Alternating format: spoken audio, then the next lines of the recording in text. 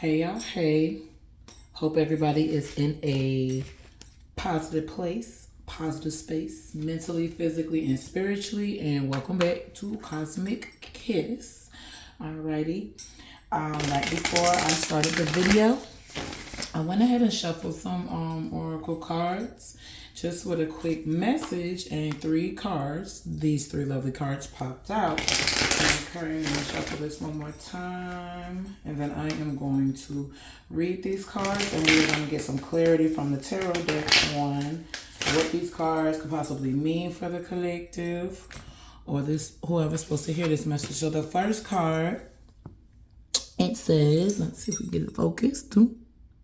Not really. No, we're not gonna focus. Okay. Well, it says lying to yourself is the most harmful spell. So the words he's speaking. So I'm hearing self-fulfilling prophecy, and letting the words that you speak over your life, over the things that you hope to come. I know this is a time of a lot of uncertainty. A lot of people are in transition for one reason or another in life, and sometimes we have a habit of speaking nonsense. I call it nonsense over your life.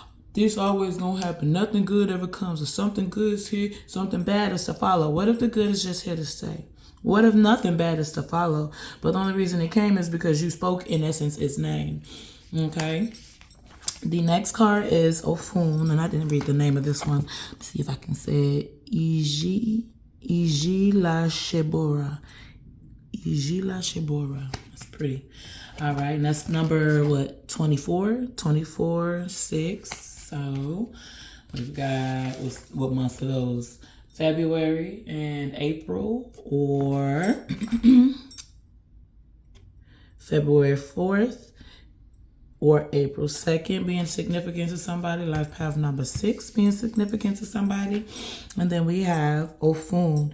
And the Ofun card, and I know who that is. If you don't know, that is Obatala. He is the Orisha over your Ori, your mind. Gestation, birth. Well, not birth, excuse me. Over gestation, pregnancy. He's the one who created human beings. But it says there are times to seed and there are times to flourish. So as you transition, because this card is confirming that transition, there are times to seed and there's times to flourish. This makes me think of my pepper seeds. I have a plant page. I do plant stuff, everything, garden and herbs and apothecary is my seeds. And I started some pepper seeds from some store-bought peppers, and they were doing good. I had them germinating in a closed takeout container.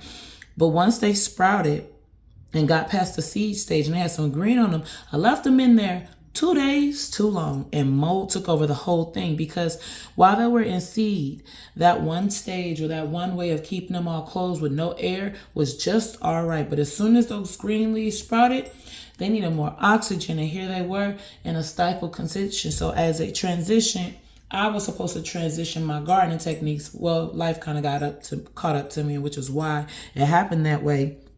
But knowing that there's a time for everything, that like there's a time to seed and there's a time to flourish. So maybe right now, some people are in a flourishing stage and you're still toiling, and you can't see the stage where you're supposed to be just, in essence, marveling or relishing in all your beauty and all your grace from all the hard work you've already put in.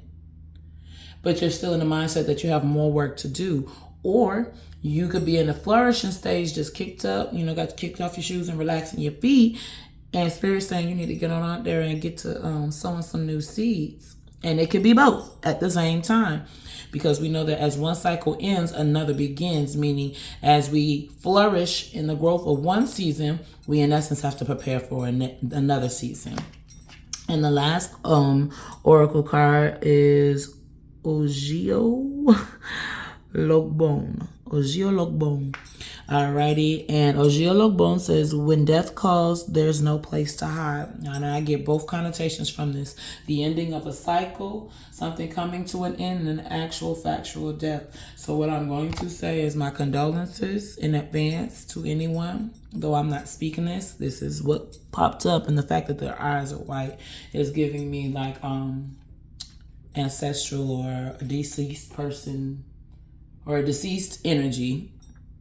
A spiritual energy, meaning a deceased person, deceased in the physical, but very much alive in the spiritual. And then we also have the number 19 here. So we have January 9th, maybe significant to somebody, or September 1st might be significant to somebody. I also get the number 10, which is the ending cycle. Like I said, the ending.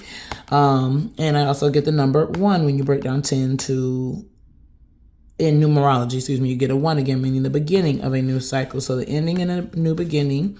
And then we also have 2-6 here.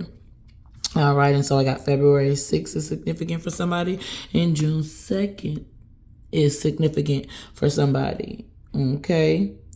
8, this is an 8 year.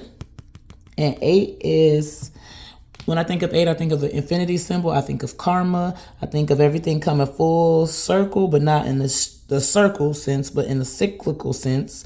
And with this card being the card speaking of when death calls, so maybe there's a call for you to end some cycles, and I'm hearing ready or not, here I come, you can't hide. So whether you're ready to end these cycles or not, or depart with these things or not, this may be an ending that's going to come regardless of whether you're ready and whether you're not. Okay, so I shuffled the deck, and I just want a few cards to kind of either back up this energy, clarify this energy, or just, give us some more details to this story. Alrighty, and so we have the 7 of Swords, defending yourself, defending your mind, defending. What are we defending? Okay. Defending an abundant situation.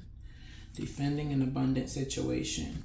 And the fact that I'm placing these two under this card just intuitively, maybe the defense is not against another person or another thing outside of yourself, but the defense might be towards your own negative speaking of yourself, or your own negative thoughts, your own negative inner paradigm, your inner voice against the abundance that's coming to you. And the fact that she's also tagging these two right here, and this one talks about flourishing. Like, some of you are in a flourished state. You are literally in a state where you are flourishing, but maybe it doesn't look like, sound like, feel like what you expected. But compared to what you've come through and gone through, baby, you're flourishing, honey. You're flourishing, and especially for where you're getting ready to go, new stages.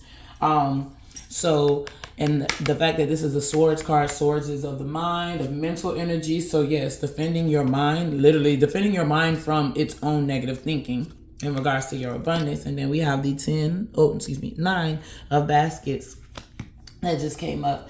So the 9 of Baskets is another card of abundance. The 9 of Baskets speaks of, I know this card in particular in this deck talks about traveling. So some of you may be getting ready to travel, or maybe returning from travel. The abundance that you sit in right now may allot for you to be able to travel, or the abundance that you're getting ready to come into is going to allow you to travel. Okay, we have the Daughter of Knives marching forward. So yeah, with this travel energy, you're getting ready to be blessed to be able to go somewhere, or go somewhere. It doesn't necessarily mean travel abroad. Maybe you might be transitioning or moving to something more luxurious, more befitting of the state that you're flourishing in. And this is some place that you have to march on fearlessly too. Okay?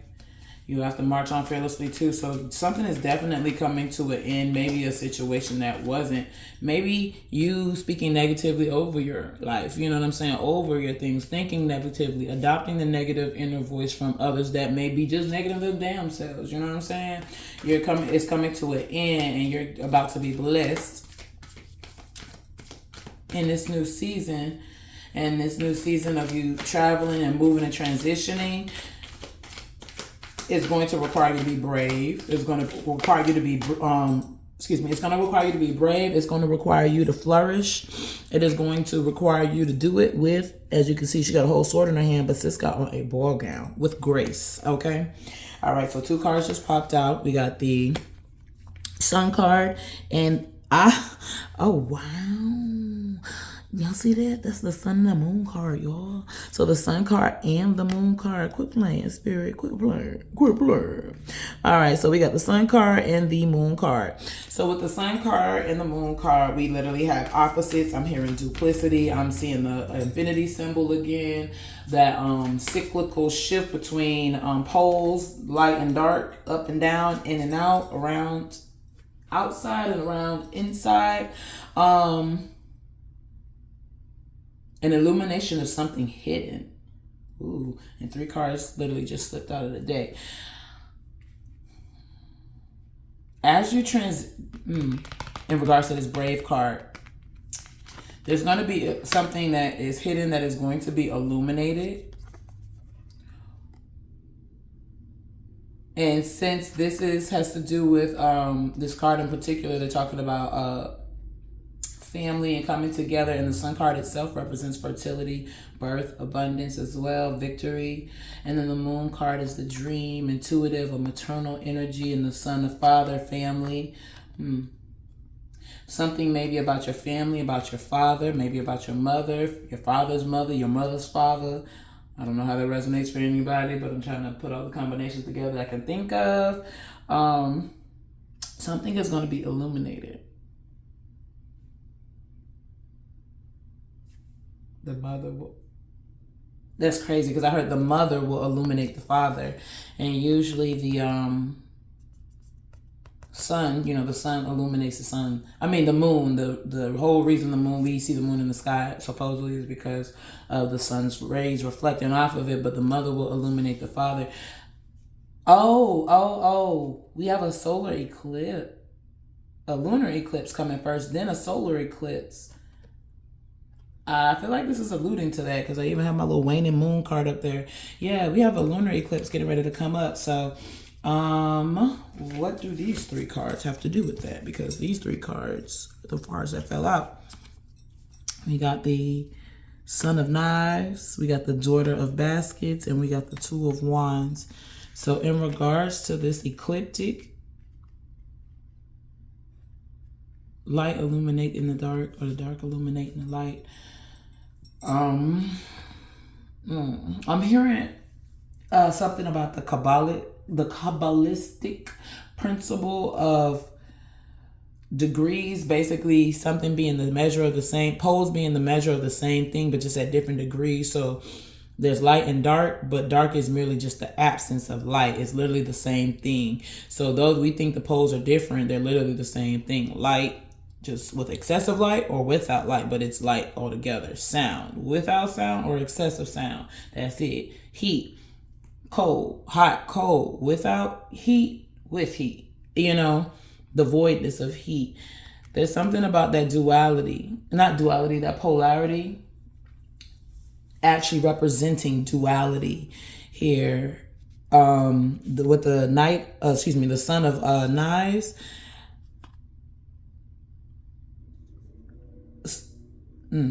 This eclipse, whatever's illuminated, is something that either you have been diving deep to find out, and since he's in the water, this is something subconscious. Maybe you've been digging deep in your own spiritual work, in your own spiritual journey. Maybe you have been digging deep in your own healing, trying to address and assess your own traumas and traumas that you've been through. Trying to process that so you can continue to move forward in a healthier way. But see, he's going down there with the knife, a spear. He's hunting out something. He's seeking something. So whatever you've been looking for is getting ready to be illuminated. But we have the Daughter of Baskets here. Whatever is illuminated is going to bring you an immense amount of peace. Hence the beautiful field of lavender. Her in this white, just really free. It's lavender for as far as you can see. It is going to bring you peace. Whatever is going to be illuminated is going to bring you peace.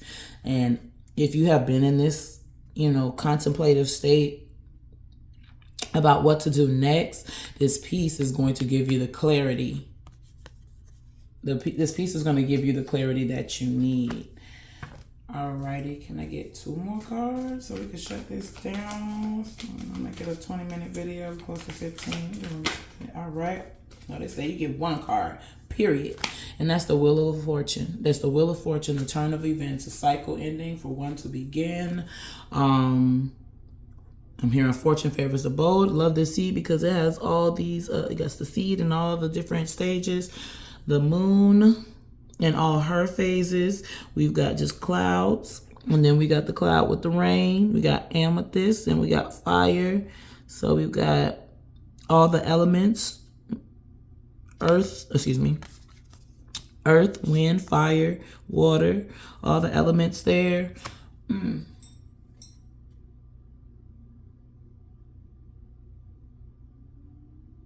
I hear a wheel turning, like the ones that gear where you have a handle and it goes like a crank. A wheel with a crank and lots of gears moving. So whatever this cycle is interconnected with other cycles, but as this wheel turns, other wheels are turning. But I see the handle, and Spirit is showing me like a jack in the box, and it's almost giving me like an x-ray vision of the box, and I can see the gear that's directly attached to the handle, but I can only hear the other gears that it's attached to. So as this cycle ends, the visible cycle that you're in, it is also helping other cycles in completion. All right, well, with that said, I hope that this message resonates for who it's supposed to resonate for. I hope everybody's able to take away what they're supposed to take away from this. And until next time, y'all be sweet.